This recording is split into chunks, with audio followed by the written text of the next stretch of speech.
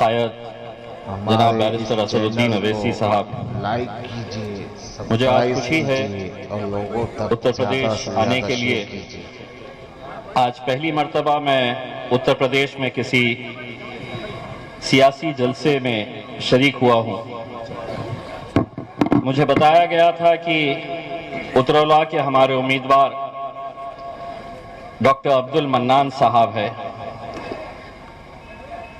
लेकिन मेरे हिसाब से उत्तर प्रदेश में जहां जहां पर भी मजलिस इत्तेहादुल मुस्लिमीन चुनाव लड़ेगी, वहां के हर उम्मीदवार का नाम बैरिस्टर असदुद्दीन अवैसी है।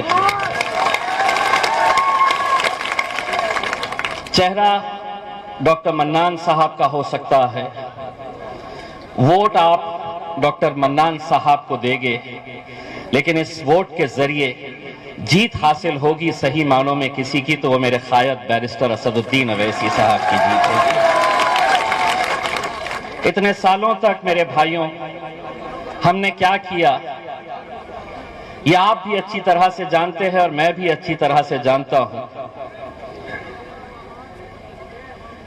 कुछ दिन पहले मैंने उत्तर प्रदेश के मुख्यमंत्री का एक बयान सुना था, जिसमें उन्होंने ये बताया था कि एक शख्स यहां पर उत्तर प्रदेश में आ रहा है, सीएए एनआरसी के बारे में वो लोगों को भड़का रहा है। एक तरीके से उन्होंने बिना नाम लिए हमें धमकाने की कोशिश की, डराने की कोशिश की। मैंने सोचा बहुत हो चुका, अब जाना पड़ेगा और जवाब भी देकर आना पड़ेगा।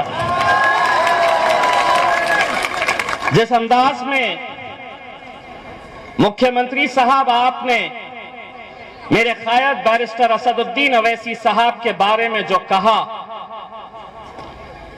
उसका जवाब सिर्फ अकेले मैं नहीं, सिर्फ अकेले उतरौला के मुसलमान नहीं, बल्कि इस मुल्क के तमाम मुसलमानों की तरफ से जिस लहजे में आपने हमसे कहा है, उसी लहजे के अंदर हम आपको जवाब देना चाहते हैं। सुनिए, जरा गौर से सुनिए, जहां कहीं पर भी बैठे हैं जरा गौर से सुन लीजिए। राहत इंदौरी साहब का नाम तो सबने सुना होगा। उन्होंने एक बात कही थी, मेरा जवाब उन्हीं की जबानी ये है, कुछ मैं कहूंगा कुछ आप कहेंगे मेरे साथ। सभी का खून शामिल है इस मिट्टी में, सभी का खून शामिल है इस मिट्टी में। ये मुल्क तुम्हारे,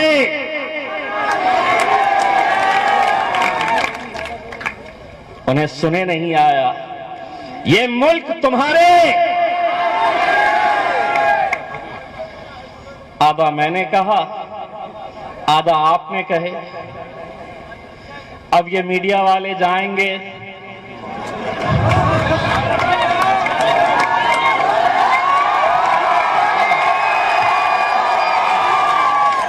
कुछ बोले क्या, केस बनता क्या? वो बोलेगा कि नहीं केस बनाओ क्योंकि मेरे बाप के बारे में बोला गया।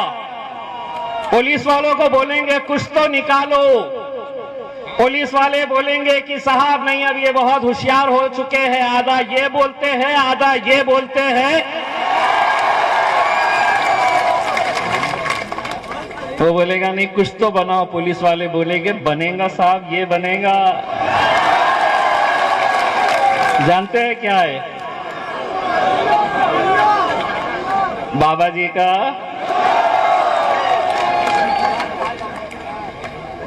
अब ये समझते हैं कि हम बोलने का इख्तियार सिर्फ उन्हें है और हम सुनते रहेंगे।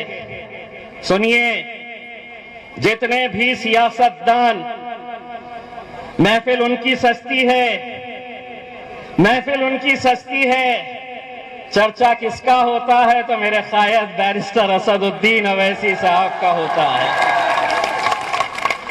रात में सोते हैं तो इनका नाम लेके सोते हैं, उठते हैं तो इन्हीं का नाम से उठते हैं। आज क्या बोलेंगे, आज क्या करेंगे? आज असल में हकीकत यह है कि हम जब उत्तर प्रदेश के अलग अलग इलाकों के अंदर देखते हैं कि एक जन सैलाब उमड़ पड़ा है, लोगों की मोहब्बत बैरिस्टर असदुद्दीन अवैसी साहब के लिए देर आए दुरुस्त आए। दोस्तों, अगर यहां पर कोई मुझे जानता नहीं है तो मैं अपना तारुफ इस नजरिए से करवाना चाहता हूं कि मैं सिर्फ एक सांसद नहीं हूं, हमारी पहचान ये भी है कि हमने महाराष्ट्र में शिवसेना के गढ़ में उन्हें हराकर हमारे झंडे को हमने लहराया है। बड़ा गर्व था, बड़ा घमंड था, ये हमारा गढ़ है।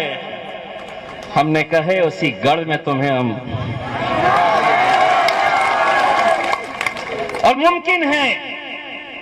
मुमकिन है बशर्ते कि हमें एक ताकत बनकर खड़े रहने की जरूरत है। ये सच्चाई है, ये अल्लाह का लाख लाख करम है कि जिस पार्टी के बारे में कहा जाता था कि ये तो सिर्फ हैदराबाद से एक इनका सांसद चुनकर आता है, एक सांसद, ये क्या कर लेगा? अल्हम्दुलिल्लाह अब एक नहीं है। मैं जब चुनकर गया तो भाजपा के एक सांसद ने मुझसे पूछा, अच्छा आप ही है MIM से जो चुन के आए हैं? अल्लाह जी हम ही हैं। तो बोले कितने चुन के आए हैं आप लोग? मैंने कहा 11 चुन के आए हैं। तो बोले 11? अल्लाह 11, एक और एक आपके लिए 2 होते होंगे, एक और एक हम दोनों जब बैठते हैं तो 11 की ताकत रखते हैं। बहुत तकलीफ होती है।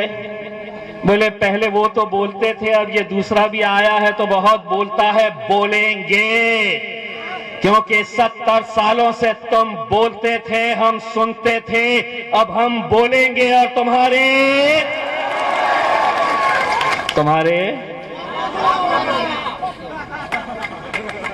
बोलो भाई, दिल खोल के बोलो, कुछ नहीं होता, ये कुछ नहीं कर सकते। तुम्हारे केस बनता, आधा हम बोले, आधा आप बोले। बस मेरे भाइयों, मैं आप लोगों से इतनी इल्तिजा करने के लिए आया हूं कि आज इस मुल्क के हालात जो है, लोग आपको अलग अलग तरह की बातें करेंगे। लोग आपको ये कहेंगे कि नहीं हम सिर्फ आए हैं यहां पर तो वोटों की तकसीम होगी। यही इल्जाम हम पर भी लगाया जाता था। आज फख्र है हमें कि पूरे महाराष्ट्र के अंदर एक सांसद चुन के आता है मुसलमानों का, एक सांसद।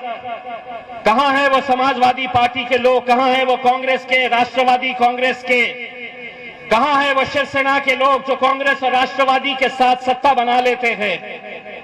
एक ही सांसद पूरे महाराष्ट्र से चुनकर आता है, और वो भी अल्हम्दुलिल्लाह किस पार्टी से ताल्लुक रखता है तो वो अल्हम्दुलिल्लाह मजलिस से इत्तेहाद अल मुस्लिमीन का सांसद चुनकर आता है। क्यों आता है? हम भी जब खड़े रहे तो हमको भी यही कहा गया कि नहीं अब ये खड़े हुए हैं, अब शिवसेना जीत जाएगी, ये खड़े हैं तो भारतीय जनता पार्टी की जीत यकीनी हो जाएगी। हमने अपनी आवाम से कहा एक बार धक्का लगाओ तो सही। अल्हम्दुलिल्लाह ऐसा धक्का लगाए कि 30 साल से जिस शहर के अंदर शिवसेना जीत कर आती थी, आज वहां पर मेरे मजलिस के झंडे लहराते हैं। एक नेता ने आकर कहा ये जो चुनकर आया है ना महाराष्ट्र से सांसद, ये सिर्फ एक्सीडेंट था, बोले चुनकर आ गया है। मैंने कहा इंशाअल्लाह अब पूरे हिंदुस्तान के अंदर जहां जहां पर भी मजलिस इलेक्शन लड़ेगी, इस तरह के एक्सीडेंट्स होते रहेंगे। बस आप लोगों से यही इल्तिजा करने के लिए आए हैं मेरे भाइयों, जिस दिन इलेक्शन का दिन आएगा, अलग अलग सियासी जमातों को आपने हर बार आजमाया है। एक बार बैरिस्टर असदुद्दीन अवैसी साहब को, दोस्तों इतना फख्र होता है मुझे, इतना फख्र होता है जब मैं देखता हूं कि पार्लियामेंट के अंदर एक तरफ भारतीय जनता पार्टी के, समाजवादी पार्टी के, कांग्रेस के, राष्ट्रवादी कांग्रेस के असदुद्दीन अवैसी साहब अकेले, लेकिन जिस हिम्मत के साथ वो खड़े रहते हैं, नरेंद्र मोदी की आंखों में आंखें डालकर बोलते हैं, तो मेरे मन में भी ये सवाल आता था कि आखिर असद साहब को हिम्मत कहां से मिलती है। तब ख्याल आया कि ये हिम्मत उन्हें मिलती है यहां से, ये ताकत मिलती है यहां से। तुम साथ में हो तो हम हर मुकाबला करने के लिए तैयार हैं। आपसे कहेंगे कि होगा, आप कितने सीटें लड़ लेंगे, आप कितने जीत कर आ जाएंगे, क्या हुकूमत आप बना सकते हैं? नहीं बनाना है हमें हुकूमत। गूंगे मुक्के बहरे लोगों को संसद में या उत्तर प्रदेश की विधानसभा के अंदर नहीं भिजाना है। लोग जब पूछते हैं कि 2 क्या कर लेंगे, 1 क्या कर लेगा, 4 क्या कर लेंगे, तो मैं उन्हें जवाब देता हूं कि जंगल में कुत्ते और बिल्लियों की गिनती नहीं होती है, शेर कितने हैं ये देखे जाते हैं। शेरों के बच्चों को भिजाओ, शेरों के बच्चों को भिजाओ, और जो बहुत सारे, देखिए ताकत किसकी है ये हमको भी समझने की जरूरत है। आज अलग अलग राजनीतिक पार्टियां इतनी खौफ खाई हुई है, छोटे छोटे दल, जितने दूसरे दल है, सबको ये कह रहे तुम आओ, मैं अकेले नहीं लड़ सकता, तुम भी आ जाओ, मैं नहीं लड़ सकता हूं।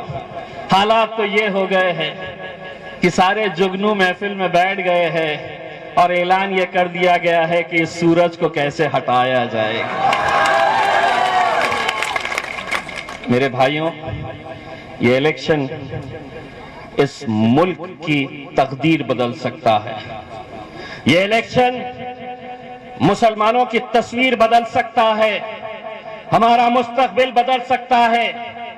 सिर्फ एक चुनावी क्षेत्र की हम बात नहीं कर रहे हैं, जितनी सीटें उत्तर प्रदेश से मजलिस को मिलेगी, आप ये समझ लीजिएगा कि पूरे हिंदुस्तान के अंदर हमारी सियासत, हमारी क़यादत जिंदा होगी। और उसे जिंदा करने का अगर किसी के सर पे सहरा जाएगा तो मेरे कायद के ऊपर जाएगा, जिन्होंने इस मुल्क के मुसलमानों को सिखाया है कि इस मुल्क के अंदर रहना है, जीना है, तो सर ऊंचा करके, सर अपना सीना चौड़ा करके चलो।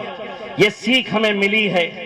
मेरे भाइयों, नतीजे आने के बाद हम भी फख्र से ये कहना चाहिए, हमने भी ये कहना चाहिएगा कि उतरौला में डॉक्टर मन्नान साहब के लिए इत्तेहाद की भीख मांगने के लिए हम भी आपके दरबार में आए थे और आपने हमारी झोली अपने वोटों से भर दिए हैं। हम उम्मीद करेंगे कि इंशाअल्लाह आने वाले वक्त के अंदर मजलिस के जहां जहां उम्मीदवार है, वहां से आप हमारे मजलिस के उम्मीदवारों को ताकत दीजिए। दोस्तों, मुझे मालूम है कि मेरा आपका रिश्ता क्या है। मैं जब इलेक्शन में खड़ा हुआ था, आपने मुझे वोट नहीं डाला, आप डाल नहीं सकते, लेकिन मेरी जीत में, हमारी जीत में आप लोगों का बहुत बड़ा हाथ है। वो किस तरह से कि इलेक्शन मैं लड़ रहा था, लेकिन अल्लाह की बारगाह में सिजदा आप लोगों ने किया था कि अल्लाह इन्हें जिता दे। वो रिश्ता था हमारा। लोग कहते हैं कि शिवसेना का गढ़ था, तुम जीते कैसा? तुम कैसा जीत सकते हैं जहां पर पूरे मुल्क के अंदर मोदी की लहर चल रही थी और वहां औरंगाबाद जैसे शहर से मजलिस अपना झंडा लिए आगे चल रही थी। मैं लोगों को कहता हूं कि वोट तो मिले ही थे, लेकिन हमारी जीत दुआओं से भी हुई है। अल्हम्दुलिल्लाह दुआओं से हुई है। सिर्फ वोट ही नहीं करना, आप लोग मजलिस की कामयाबी के लिए दुआ भी करिएगा, क्योंकि एक तड़प जो हम बैरिस्टर असदुद्दीन अवैसी साहब के अंदर देखते हैं दोस्तों, शायद ही हिंदुस्तान में ऐसा कोई नेता होगा जो दिन देखता है ना रात देखता है। सिर्फ यही तड़प है कि आपके अंदर एक एक असदुद्दीन अवैसी को तैयार करे। और इंशाअल्लाह हम यहाँ उम्मीद करते हैं कि आप लोग यहाँ पर डॉक्टर मन्नान साहब के अंदर भी आप बैरिस्टर असदुद्दीन अवैसी साहब को देखेंगे। बहुत बहुत शुक्रिया। लाइक करें, शेयर करें, कमेंट करें और सब्सक्राइब